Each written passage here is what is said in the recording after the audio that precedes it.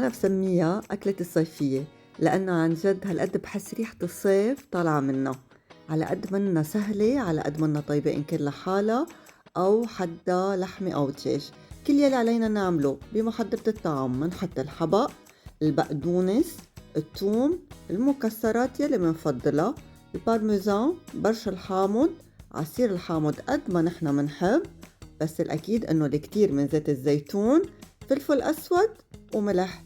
بنطحنن منيح وهيك بيكون صار عنا بيستو الحامض أو الليمون. نحتفظ فيهم بالبراد، وساعة يلي بدنا وقت ما بنكون عارفين شو بدنا نعمل أكل بمقلية على النار بنحط الكمية يلي نحنا بدنا إياها، ومنضيف فوق المعكرونة المسلوقة مع شوي من مية سلق المعكرونة وبس. هيك غدينا أو أكلتنا بتكون صارت جاهزة كيفنا معكن، وما في أخبركن قديه ريحتها وطعمتها طيبين. جربوها وخبروني، وصحتين.